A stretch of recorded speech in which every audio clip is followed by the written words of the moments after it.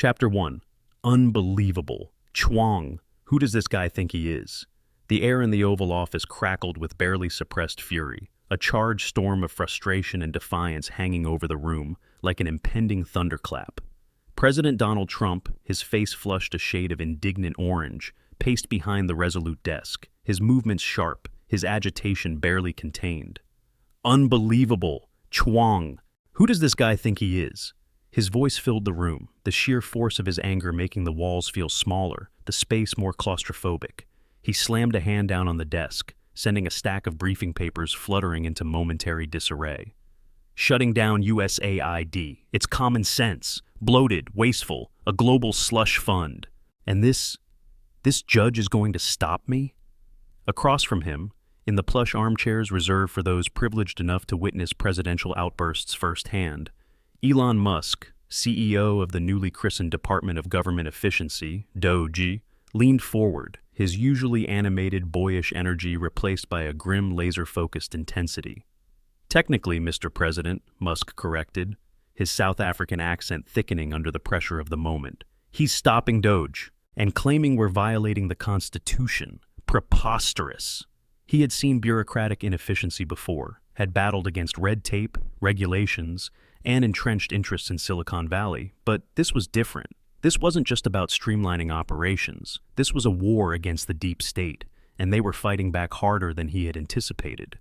Attorney General Pam Bondi, her blonde hair immaculate, her expression calm, but her mind already dissecting the legal ramifications, interjected with the measured tone of a woman who had spent years in the trenches of political and legal warfare. Judge Chuang's ruling is expansive, Mr. President. She chose her words carefully, knowing this was not the moment for sugarcoating reality.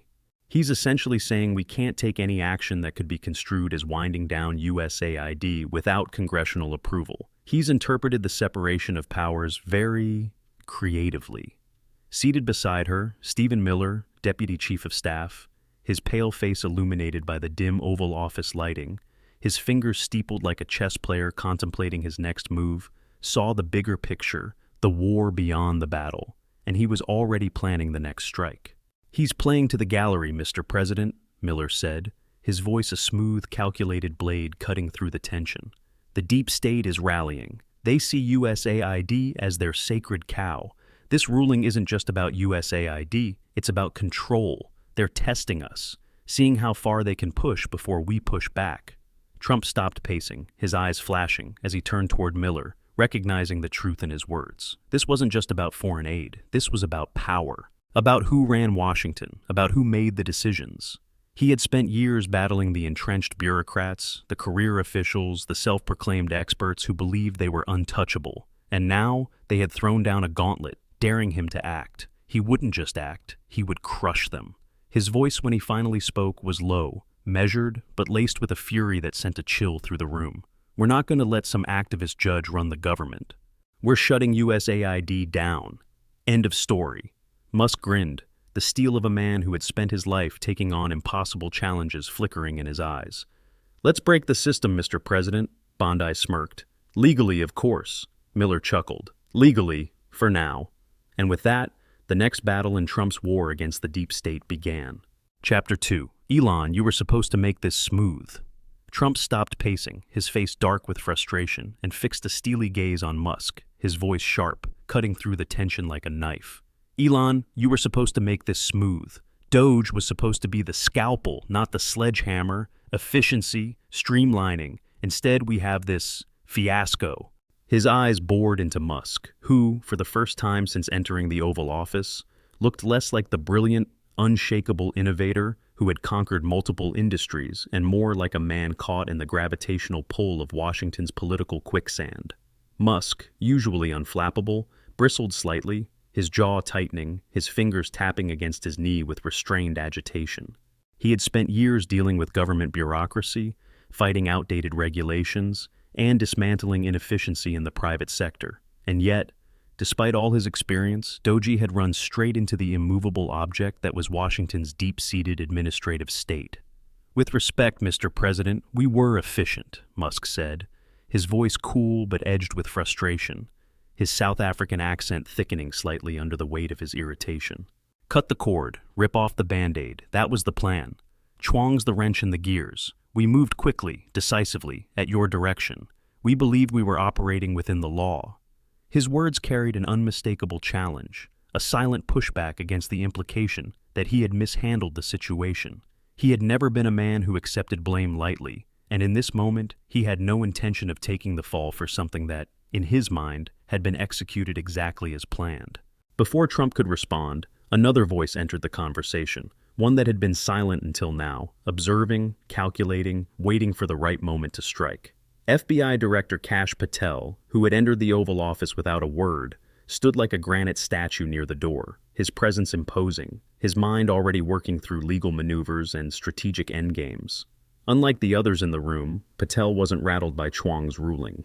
He had seen enough legal skirmishes to know that a single judge's decision was nothing more than a temporary obstacle, a hurdle to be cleared, not a wall to be feared. "The ruling is narrow, Mr. President," Patel said, his voice low, firm, deliberate. Judge Chuang ordered reinstatement of systems and prevented further actions relating to the shutdown. He hasn't explicitly ordered USAID to continue operating at its current capacity. There's wiggle room. Trump's eyes narrowed as he processed Patel's words. "Wiggle room," he repeated, his voice sharper now, his instincts kicking in. There was always a way forward, always a loophole, an opportunity, a door that hadn't been closed yet. He turned his attention to Pam Bondi, the legal mastermind who had spent her career dismantling weak cases and tearing through bureaucratic obstacles with surgical precision. "Pam," Trump said, his tone now laced with expectation, "is Patel right? Is there a way around this Chuang obstacle?" Bondi, her legal mind already whirring, her brain cycling through every precedent, every angle, every possible workaround, nodded slowly, her fingers tapping against the thick legal briefing in her lap. "Potentially, Mr. President," she said carefully, her eyes flashing with the excitement of a challenge, of a legal battle she was already strategizing. Chuang prohibited actions relating to the shutdown, but he didn't specifically mandate USAID's existence in its current form. He's focusing on the process of shutdown, not the underlying policy. Trump leaned forward, his fingers steepled, his mind already 3 steps ahead, the anger from earlier now replaced by something far more dangerous: determination. This was not over. It was just beginning. Chapter 3. Exactly. "We don't have to shut down USAID. We can reorganize it." Stephen Miller seized on the opportunity, his eyes gleaming with the thrill of turning an obstacle into an advantage, his voice rising with excitement as he leaned forward. "Exactly. We don't have to shut down USAID. We can reorganize it. Imagine, Mr. President, a new USAID, leaner, more focused, aligned with your America First agenda." This was Miller at his best, not simply reacting to a problem, but redefining the battlefield, shifting the conversation from defense to offense, from an administrative setback to a bold new initiative. Musk, who had been restless and agitated only moments before, suddenly perked up, his mind racing with the possibilities, his entire demeanor shifting from frustration to opportunity. "Restructuring," he blurted out, his grin returning as if someone had just handed him a blank slate to redesign an entire system from scratch. "Total systems overhaul. We could use Doge's tech expertise to optimize, re-engineer, build back better, government efficiency." His hands moved as he spoke, already visualizing algorithms, automation, machine learning optimizations that could streamline processes in ways Washington had never even considered.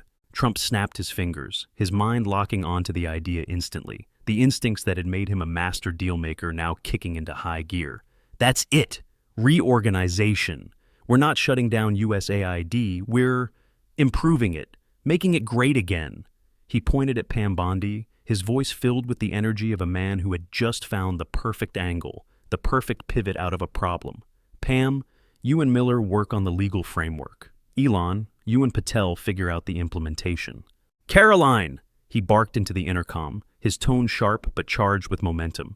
"Get Press Secretary Levitt in here. Stat, we need a message." Within minutes, Caroline Levitt entered the Oval Office, her notepad in hand, her posture upright, her expression calm yet alert. She knew the stakes, understood that every single word spoken from the White House podium in the coming days would define the battle ahead.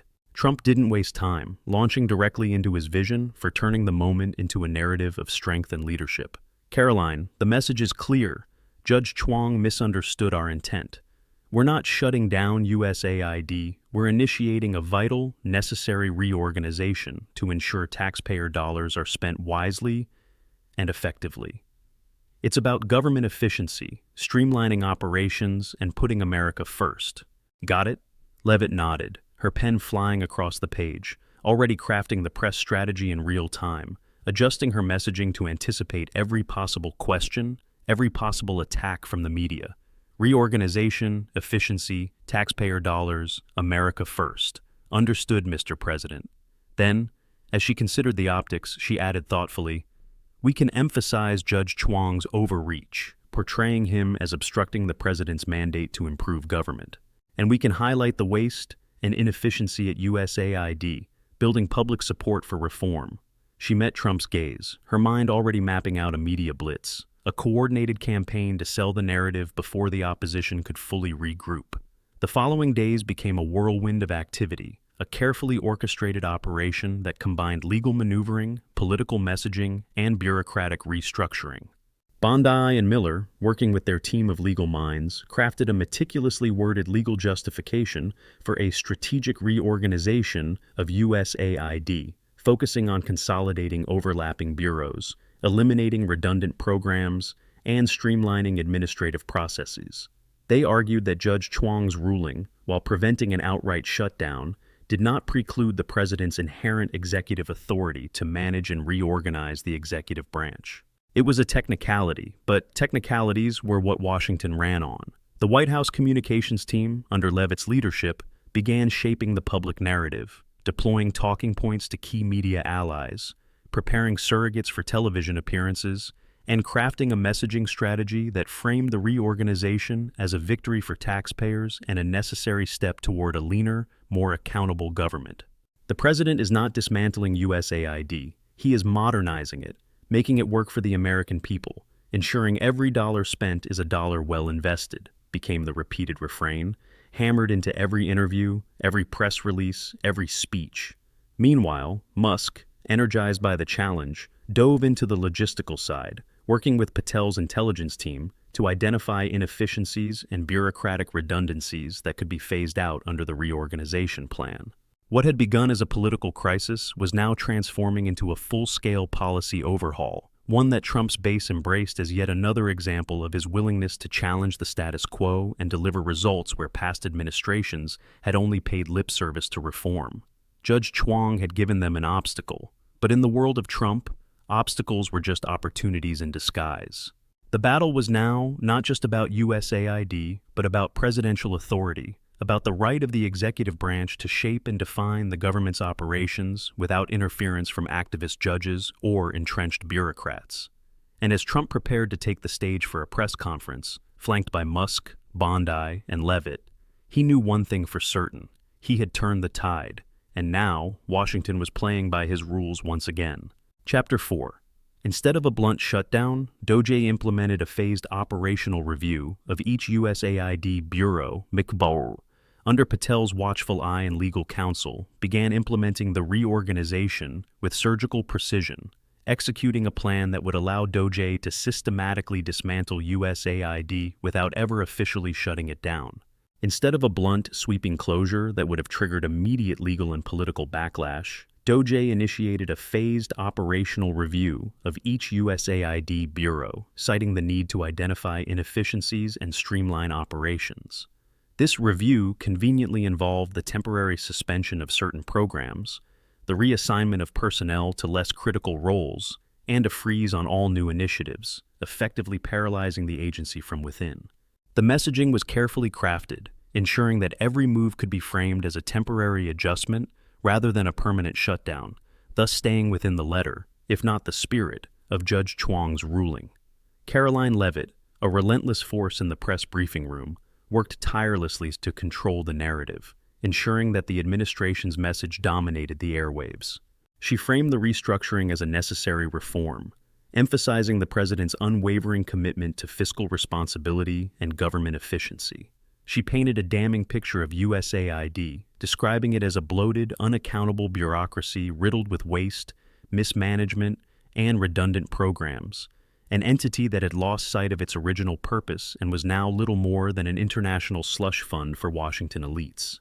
When pressed by reporters about the legality of the administration's actions, Leavitt skillfully deflected, reinforcing that the administration was in full compliance with Judge Chuang's ruling, while exercising its constitutional duty to manage the executive branch effectively. Meanwhile, Kash Patel's FBI was working behind the scenes, conducting a quiet but aggressive investigation into potential internal corruption and mismanagement within USAID. Patel, a master of information warfare, understood that shifting public opinion required more than just press briefings and political messaging. It required facts, leaks, and well-timed bombshells that would put the agency on the defensive. Working with carefully selected agents, Patel sifted through financial records, procurement contracts, and internal whistleblower testimonies, looking for any sign of waste, fraud, or political favoritism that could be weaponized in the court of public opinion. And the findings were staggering. Contracts awarded to shell organizations with dubious oversight, millions of taxpayer dollars funneled into pet projects benefiting career bureaucrats and their allies, inexplicable operational redundancies that had siphoned resources from actual humanitarian efforts. Leaks, carefully orchestrated by Patel's team, began appearing in conservative media outlets, detailing alleged instances of wasteful spending, dubious contracts, and bureaucratic inertia at the agency. The narrative started to shift, and public opinion, once sympathetic to the idea that USAID was being unfairly targeted, began to waver. Mainstream media outlets, initially hostile to the administration's efforts, found themselves struggling to defend the agency in the face of mounting evidence of dysfunction and excess. Patel had created an environment where even USAID's traditional defenders in Congress found it increasingly difficult to justify their unwavering support. Judge Chuang's ruling, initially hailed as a victory by opponents of the administration, began to feel less like a fortress and more like a speed bump. His order had prevented a blunt, outright shutdown, but it could not stop the slow, methodical dismantling of USAID from within, cloaked in the guise of reorganization. What had started as a legal challenge against Trump's authority was now becoming a full-blown indictment of the agency itself. And with every new revelation of waste and mismanagement, the administration's strategy became clearer. They weren't shutting down USAID. They were making the American people ask why it even needed to exist in the first place. Chapter 5. Trump summoned his team back to the Oval Office. One tense evening, as the battle over USAID's fate intensified, Trump summoned his team back to the Oval Office, the air thick with the weight of the fight ahead. The reorganization was well underway, the plan unfolding like a well-executed military operation, but Judge Chuang had scheduled a follow-up hearing, demanding clarification on the administration's actions, probing for weaknesses, for evidence that the reorganization was just a shutdown in disguise. This was not just a legal battle anymore, it was a political war, and Trump knew they had to win it decisively.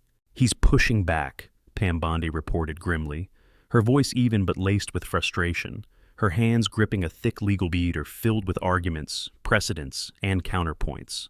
"He's questioning the scope of our reorganization, suspecting it's just a shutdown in disguise."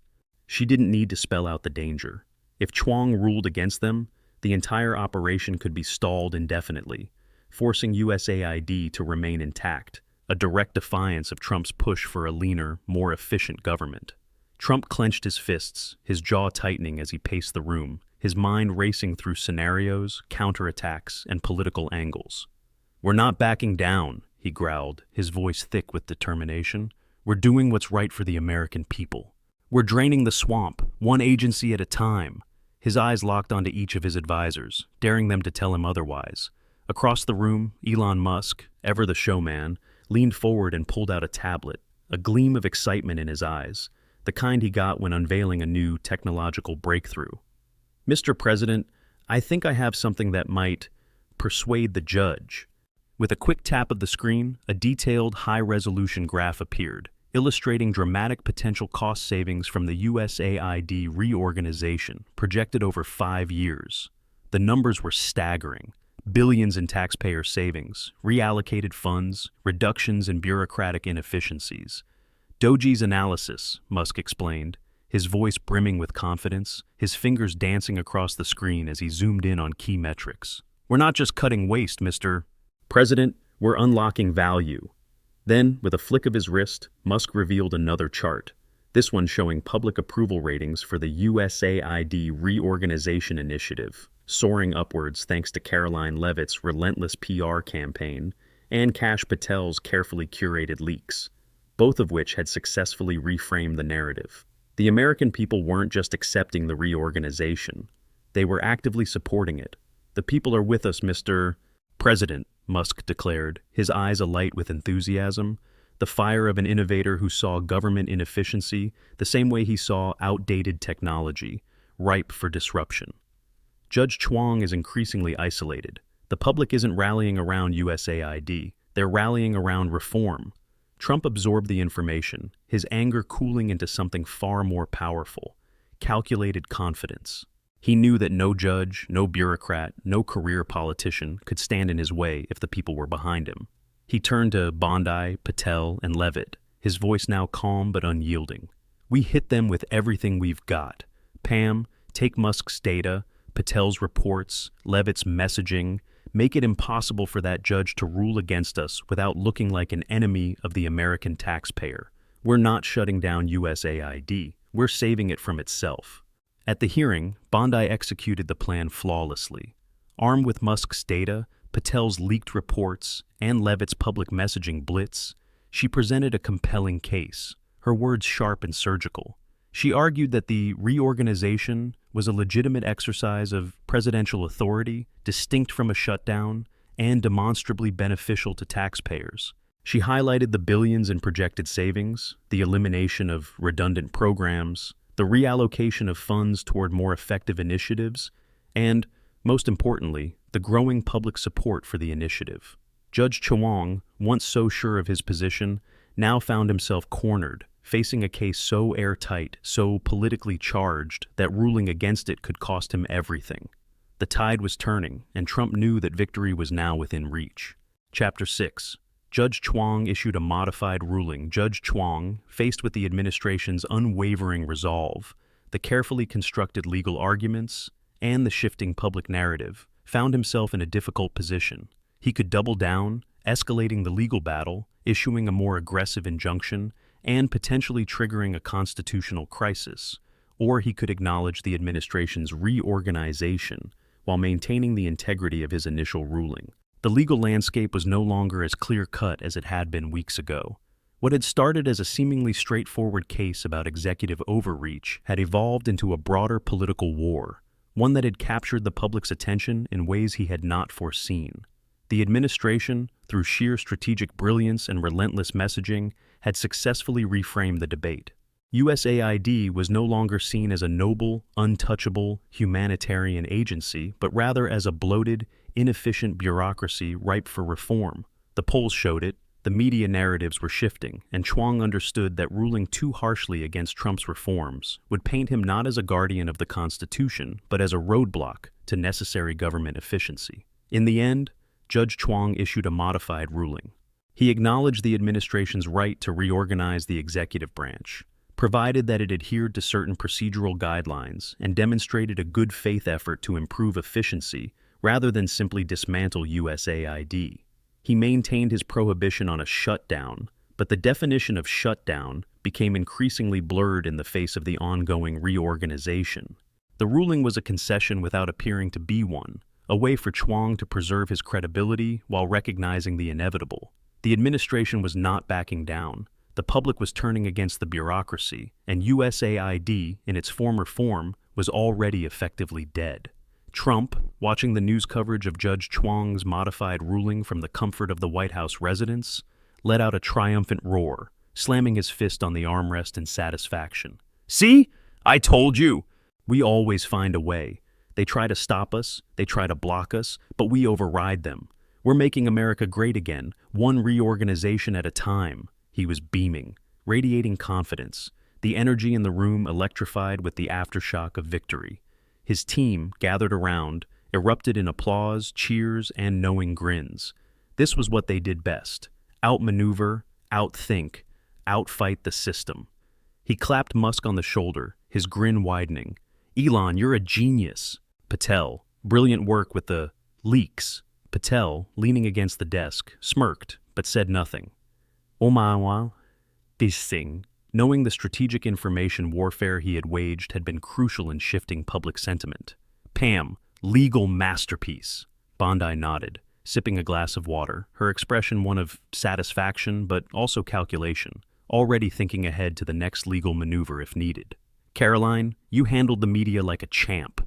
Levitt smiled, tucking her notepad under her arm, knowing full well how many hours of careful press strategy had gone into making sure the public saw this not as a legal battle, but as a victory for taxpayers. Miller, you strategist extraordinaire, we did it. We beat them. Miller, always composed, merely gave a small, knowing nod, satisfied that yet another institution had been bent to their will. In the White House that evening, the mood was buoyant. Champagne corks popped, glasses clinked, and laughter filled the air. They had faced a formidable legal challenge, one that had the potential to upend Trump's vision. And yet, through a combination of legal maneuvering, strategic communication, and sheer willpower, they had prevailed. Judge Chuang's ruling had been effectively overridden. USAID, while still technically existing, was undergoing a transformation that would reshape it in Trump's image, leaner, more focused, and undeniably less powerful. What had once been a pillar of Washington bureaucracy had now been remade into something else entirely, something that aligned with the America First vision, something that no longer operated as an unchecked entity but as a reformed institution under direct executive authority. And President Trump, basking in the glow of victory, knew that once again he had shown the world and the deep state that he always found a way to win.